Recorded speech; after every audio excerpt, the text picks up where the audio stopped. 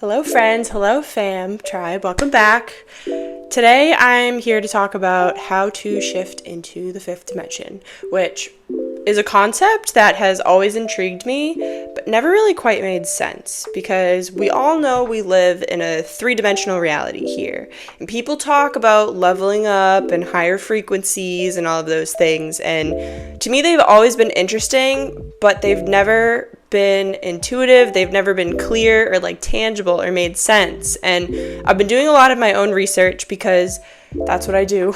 And between that and a really crazy dream I had last night, it all came together and it made a lot of sense. And there's 4 different steps on what to do in order to be able to shift into this state a little bit more easily. So the difference between 3D and 5D has a lot to do with polarity. And we live in a world filled with polarity, politically, opinion-wise, whether there's carnivores and vegans, whether there's liberals and conservatives, whether things are just so black and white, unfortunately, to many people. And that is very much a product of the third dimension living.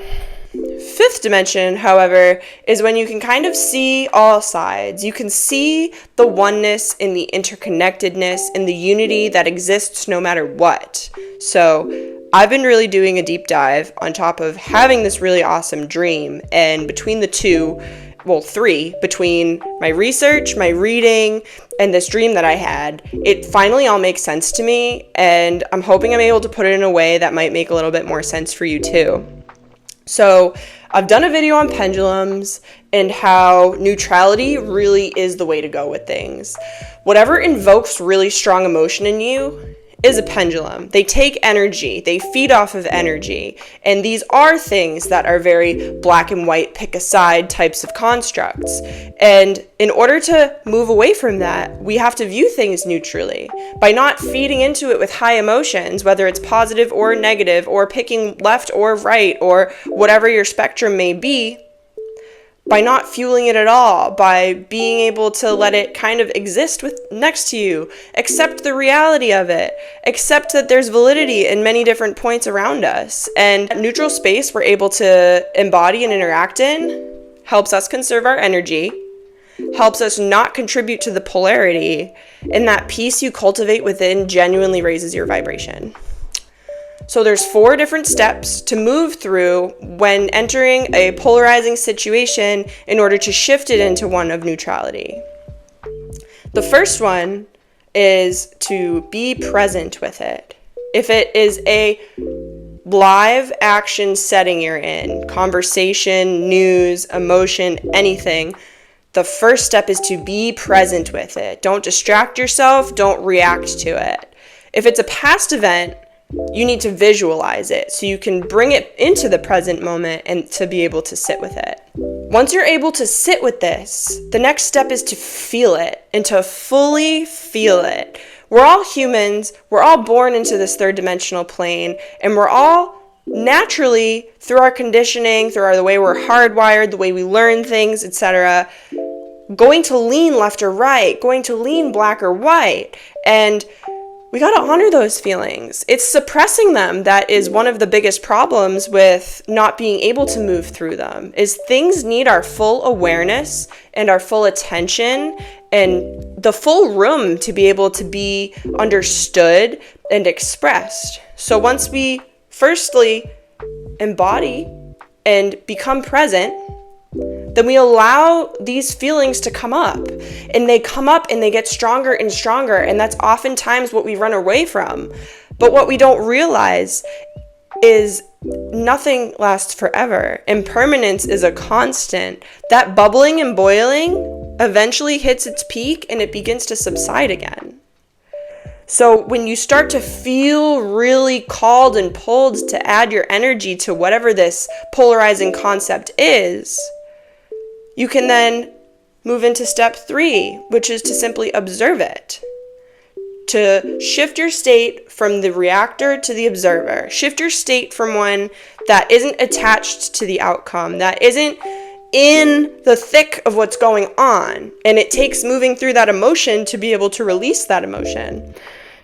Once you move into the state of the observer, It's far more easy and intuitive, and the process kind of unfolds naturally for us to be able to zoom out of the small polarizing microcosm that we're dealing with, and zoom out into the relationship all things have, to the way that things are what they are, that there's truth in many faces and many sides. And by not needing to be right or wrong, or not needing to judge or put things in boxes, we're able to step into the observer, keep our energy, keep our power, and instead of throwing it at these pendulums, these things that thrive off of our energy that we could be using to benefit ourselves and others, we're able to then save our energy to do exactly that. Save our energy for our own peace of mind, to share good things with other people, to cultivate good feelings, etc. The last step is to release the reaction with a neutral response.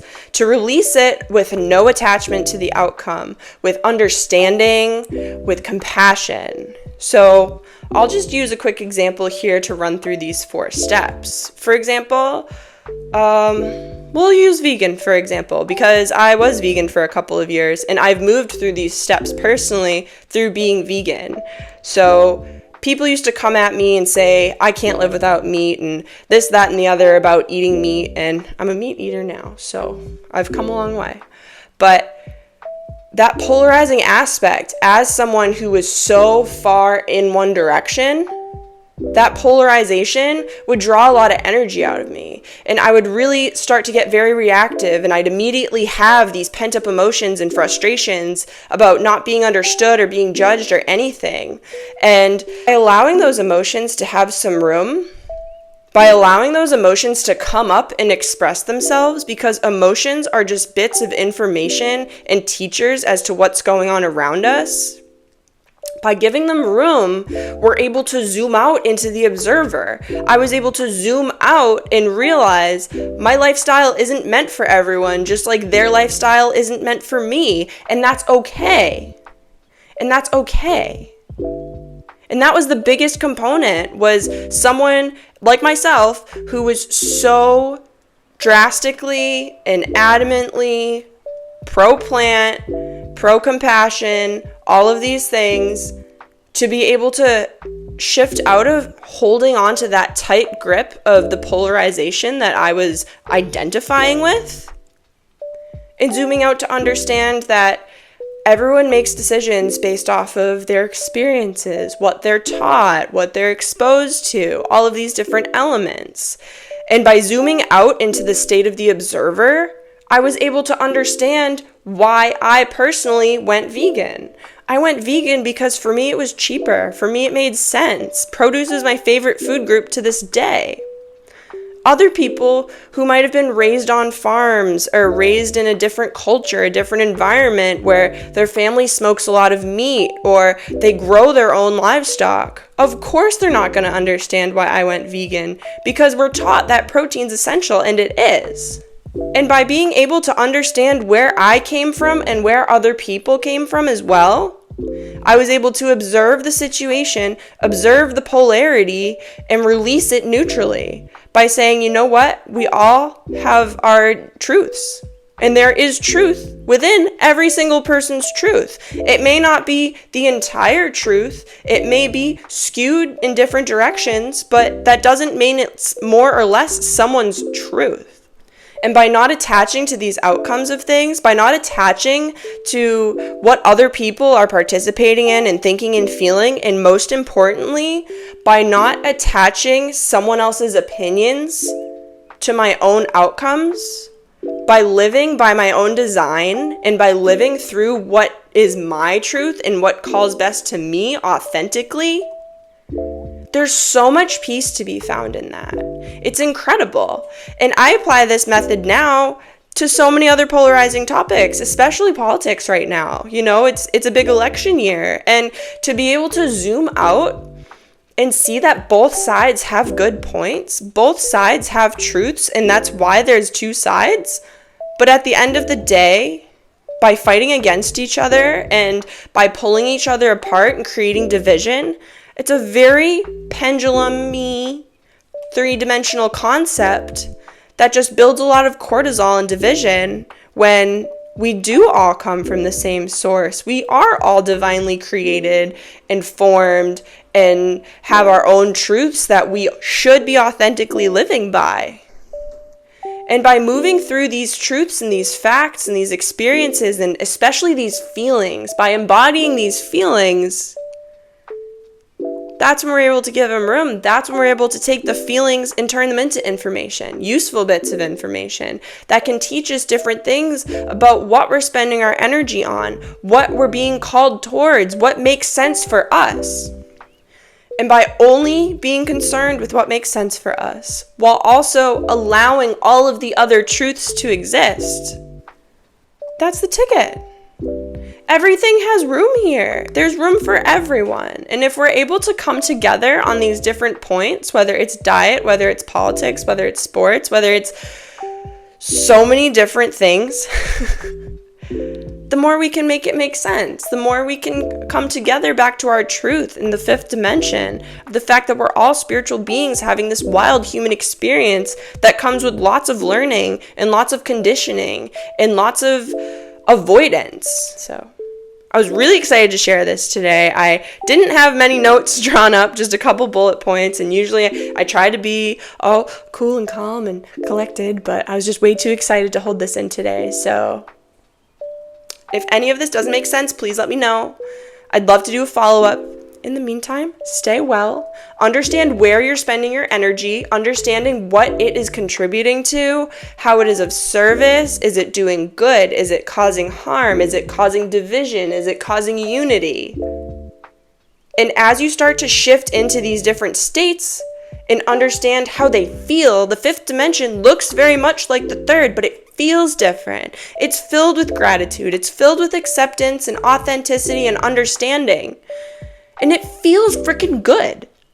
And that's something I've been working to embody over these last several weeks and months now, is that fifth dimensional feeling. Nothing feels better to me than feeling aligned and in tune and accepting and supportive. I've never had more energy and just more groundedness and a higher intuition than I have when I followed these 4 steps.